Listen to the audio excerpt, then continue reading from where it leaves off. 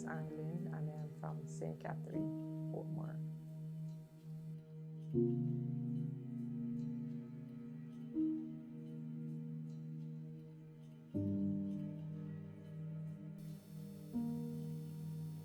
Well,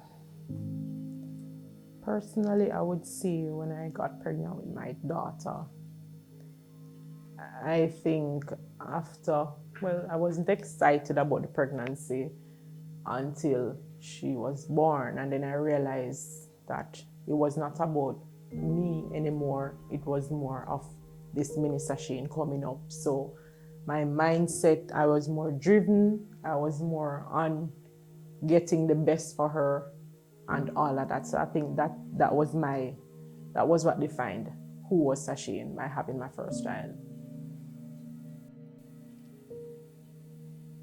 I think when I was living with my daughter's father, I lost myself. I moved in with this gentleman at age 22. Left college, came to live with him. The first time I enjoyed, we lived for 3 years. It was the first night when I moved in, all good and dandy. I think this man was a gentleman and all of that. But the first encounter I had with that gentleman was a night we were living at an apartment. We were living within an apartment. It was a 1-bedroom apartment, and they had a partition where the part of the apartment. So I don't know where you get an apartment within an apartment, but somebody was living on the other side of it. So I remember one particular night, the other tenant or the other person was living with other brother over. So it was one bathroom. It was back then asylum was in swing. So he came in about I'm not sure what time of night it was.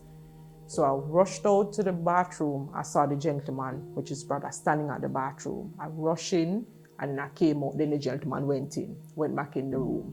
Then next thing I know, the man just jumped on me and started strangling me. No. Because I didn't know, it was about 1 o'clock in the morning. I wake up in the body in bed and strangle me. I wonder, me and the man at the bathroom. I said, which man? When I came out, the man was standing at the outside.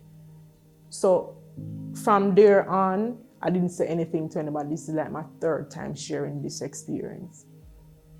And I just stood there, allowed the man to strangle me. I never do anything. The next morning, him come back and him said, sorry. I said, I never understand messages. So from that day, I'm never afraid of nobody. My mother who carry me, I'm never afraid of my like I'm afraid of this man. After that, I go work, it's like me lose myself.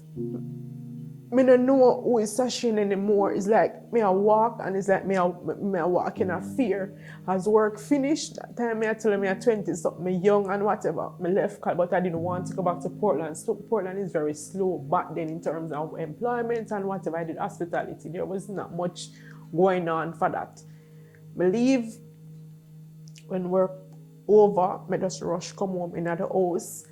I can't even say evening to the man. If I say something to the man, me and the man not business.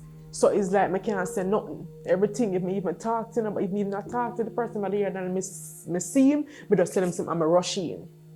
If I open the window too wide, people sit down and look through the window. I say, why would somebody want to sit down and look in this place? We never even have not much.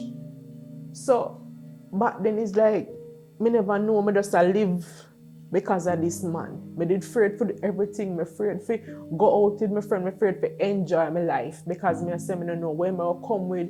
And then there was no physical abuse. It was more verbal. So when I used to work as 5 o'clock, it's like I don't want to go. I reached a point where I don't want to see him. I don't want to have nothing to do with him. So that was a breaking point. I lose all myself and Sashane in all of that one because of that strangulation that happened how much years ago. From that is like, I just go down. Everything just evolved. I cook. A part of me ever neat and fine. It's like there was this neat thing. It's like I can't always sit down. I always have to try, okay, make this fix good because I don't know if I accomplish. Like everything was on edge. So I don't know when I'm going to come and complain about this because I'm just afraid. Because I just couldn't do enough. Everything was just an issue. I don't know when I come and about cost, and then the thing is, it wasn't about the money because I was working. So it's not that I was dependent and I said, okay, I stay in because in my mind, I was working my own money.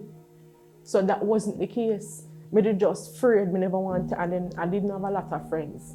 So most of my thing was just alone. So I cry, I guess at that time I cry so much. I cry, I write, I cry, I pray, I cry, I go work, and I put the best foot forward at all times. You would know that I'm in an abusive relationship because I hold it together. When I step in, him always out. So when him come in and then he used to force on himself and you know what, him not ask you if you want to, him just force and jump on and do him thing and then that's about it. So all of that they just, trust me, that was my lowest point.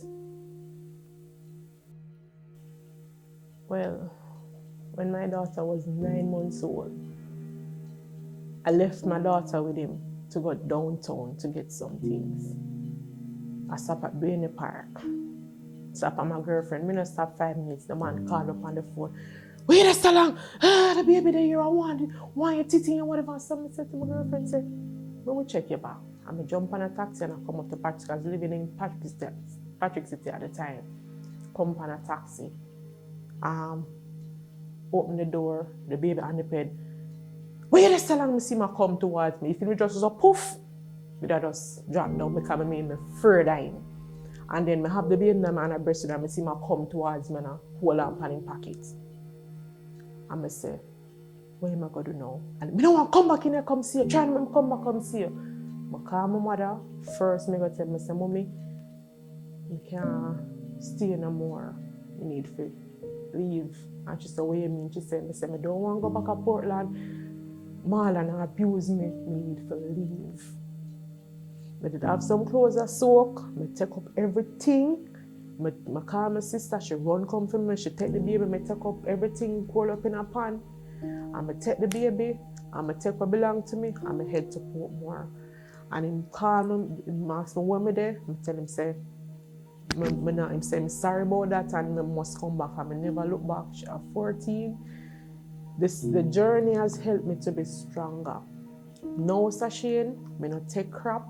If you're this, I'm gone. My husband now, once him set up, I'm in a life, I at him, I'm gone. I'm not stand for no foolishness again. No day, no time again. So it actually helped me to be a better person. Whether it's work, I'm going to tell you my mind. I'm going to tell you this is how I feel. And if anytime, any point in time I feel like when I was living with him, I'm not staying. It get too toxic and I'm done. I leave him. So it actually made me a stronger person still. So much shy, but I'm much better. I'm in a better place now because I said to myself that 9 months and if she's now, this year she'll be 15 and I never look back. Many days, I don't have nothing to eat for she. I sacrifice, I do sales work, I do everything. I say, many times I say, and I say, boy, I may go back because, you know, I'm in a better job than me. And I say, no, I not go back. I'm all the time I beat it and say, no, she's 15. And I'm actually at that because I think that I did stay. They will not kill me. Well, I felt honored. Felt great because I'm about advocacy and that is one of the big things about Women of Destiny. So, and it's about, I'm passionate about entrepreneurship and then it's the programs is about learning about various different journeys of entrepreneurship. So I was very elated to be a part of this to not just to share my story, but actually to help other victims or survivors of this ugly monster, what we call, whether it's domestic abuse or whatever violence it is. So I was really glad to be a part of such a journey. Well, some of the red flags, the moment you find yourself that you are losing who you are in the process, you can't be yourself anymore. It's like you're always on the edge. From the beginning, you see certain things, him run certain joke and him attempt to do a joke strongly or squeeze you or hit you, just leave. Run like you hear, just run like you hear. Well, when Jamaican, you're going to chat them, run towards it. But I mean, run non-stop. The moment you find yourself that you're losing where you are, just get out of it, leave. It's not worth it.